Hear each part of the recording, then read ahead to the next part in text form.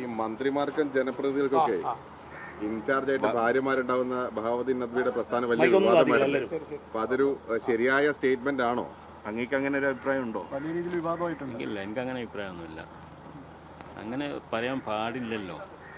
നമ്മൾ മറ്റൊരാളെ പറ്റി പറയുന്ന ആരോപണങ്ങൾക്ക് വസ്തുത സത്യസന്ധമായിരിക്കണ്ടേ? പ്രത്യേകിച്ച് സമസ്ത മുഷാവറ അങ്ങനൊക്കെ പറയുന്നതിൽ കുറേ വാക്കിലും പ്രവൃത്തിയിലും സൂക്ഷ്മത വേണ്ടവരാണ്.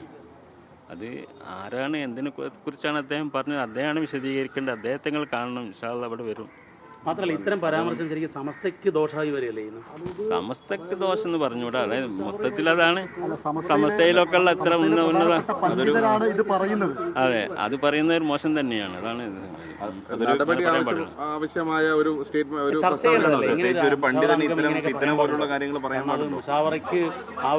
അതെ. അദ്ദേഹത്തിന്റെ നിലപാട് എന്താണ്, എന്തുദ്ദേശിച്ചാണ് പറഞ്ഞത് നമുക്കറിയില്ലല്ലോ. അതനുസരിച്ചല്ലേ അത് പറഞ്ഞോളൂ. നമുക്ക് പക്ഷെ ചോദിക്കാം. ഇൻഷാ അല്ലാഹ് യോഗങ്ങളൊക്കെ ഉണ്ടല്ലോ, നമുക്ക് സംസാരിക്കാം. നിലപാടല്ലേ ശരിക്കും?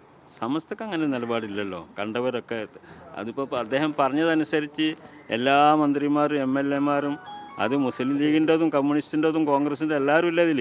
എല്ലാവരും ഒന്നിച്ചാണല്ലോ അദ്ദേഹം പറഞ്ഞിരിക്കുന്നത്. അങ്ങനെ പറയാൻ പാടില്ലല്ലോ. CPM മൂപ്പര് പറഞ്ഞില്ലല്ലോ. നിങ്ങൾ കേട്ടിട്ടില്ലല്ലോ? എല്ലാവരെയും പറഞ്ഞു. അങ്ങനെ പലർക്കും അങ്ങനെ ഉണ്ടാവും എന്നൊക്കെയാണ് പറഞ്ഞത്. മാത്രമല്ല EMSന്റെ ഒക്കെ പേര് പറഞ്ഞുകൊണ്ട് അത് പിന്നെ EMSന്റെ അമ്മ അങ്ങനെയാണെന്ന് അദ്ദേഹം പറഞ്ഞു. എനിക്കറിയില്ല എൻ്റെ ചരിത്രം അങ്ങനെയാണോ എന്ന്. അങ്ങനെയൊക്കെ ഇപ്പോൾ പറയേണ്ടതുണ്ടോ ശരിക്കും? അതിപ്പോൾ അദ്ദേഹം പറഞ്ഞത് ശൈശവ വിഭാഗത്തിനെ സംബന്ധിച്ച് കമ്മ്യൂണിസ്റ്റുകാർ എതിർക്കുന്നു എന്നുള്ള ആൾക്കായിരിക്കണം പറഞ്ഞിട്ടുണ്ടാവുക. പക്ഷേ എങ്കിലും അങ്ങനെയല്ല, ഇത് പറയേണ്ട ശൈലി മാറ്റങ്ങൾ ഉണ്ടാവേണ്ടതാണ്. അംഗീകരിക്കുന്നുണ്ടോ സമസ്ത?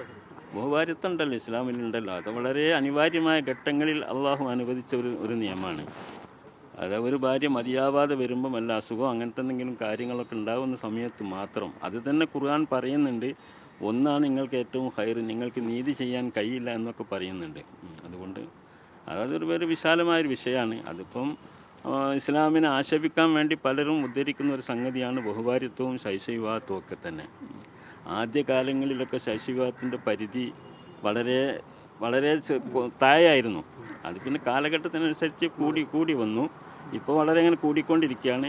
ഇപ്പോൾ കുട്ടികളൊക്കെ പഠിക്കലും ഒക്കെ ആയതുകൊണ്ട് പഠിപ്പും കാര്യമൊക്കെ കൂടുതലുള്ളത് കൊണ്ട് വിവാഹത്തിൻ്റെ പ്രായമൊക്കെ നീണ്ടു പോവുകയാണ് എന്നുള്ളതാണ്. നദ്വിക്കെതിരെ ശരിക്കും ഒരു നടപടി വേണ്ടതല്ലേ? കാരണം മുഷാവറ അംഗം അത് നിങ്ങൾ തങ്ങളൊക്കെ വരും. അപ്പം നിങ്ങൾ എന്താക്കുക? അതറിയില്ല, എനിക്കറിയില്ല. അജണ്ട എനിക്കറിയില്ല. അജണ്ട ഒക്കെ അതിൻ്റെതായിരിക്കുന്ന ആൾക്കാർ ഇവിടെ കൊണ്ടുവന്ന് വെക്കും. അപ്പം അതിനനുസരിച്ച് ചർച്ച നടക്കും.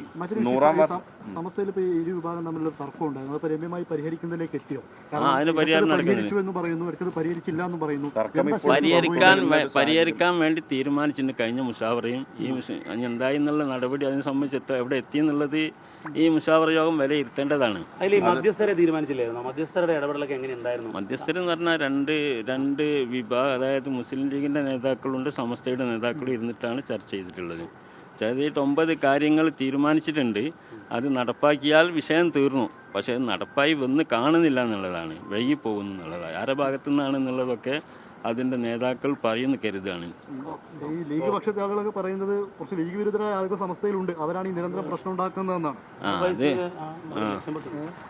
മുർബൈസ് മാത്രമല്ല, അങ്ങനെ പലരും ഉണ്ട് ഇത്രയെന്നാ പറയുന്നത്. പിന്നെ സഖാവ് ഉമർ ഫൈസി എന്നാണ് ചിലരൊക്കെ പറയാറുള്ളത്. അതിപ്പോ എനിക്കറിയില്ലല്ലോ. ഞാനല്ലല്ലോ പറയുന്നത്.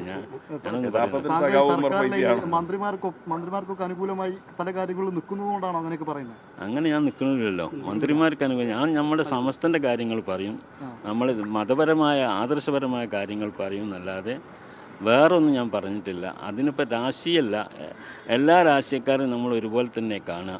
നമ്മളോട് സഹകരിക്കുന്നവരോട് അങ്ങോട്ട് സഹകരിക്കും, നമ്മളെ എതിർക്കുന്നവരോട് നമ്മൾ എതിർക്കും.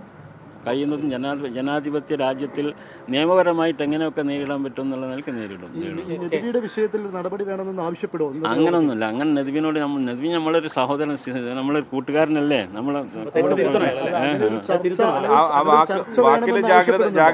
ആ വാക്ക് ആ രൂപത്തിലായത് ശരിയായില്ല. അദ്ദേഹത്തിന്റെ ആവശ്യം അദ്ദേഹത്തിൻ്റെ ഉദ്ദേശം എന്താണെന്ന് അദ്ദേഹത്തോട് ചോദിക്കണം. അദ്ദേഹം ഇപ്പം വെറും നിങ്ങൾക്ക് ചോദിക്കാം. അദ്ദേഹം മൗനത്തോടുകൂടി പോവുകയാണ് ചെയ്തത്. അത് മാത്രമല്ല അദ്ദേഹം ഇത് പറഞ്ഞതിന് ശേഷം പറഞ്ഞതിൽ ഉറച്ചു നിൽക്കുന്നു പറഞ്ഞിട്ടുണ്ട്. പറഞ്ഞോ? എന്നാൽ പിന്നെ നിങ്ങളാണ് കൈകാര്യം ചെയ്യേണ്ടത്. ഞാനല്ല ഇന്ന് ചർച്ച ചെയ്യണമെന്ന് ആവശ്യപ്പെടും അല്ലേ? അതൊന്നും ഉണ്ടായിക്കൊള്ളുന്നില്ല. എന്താ വരും നോക്കാം.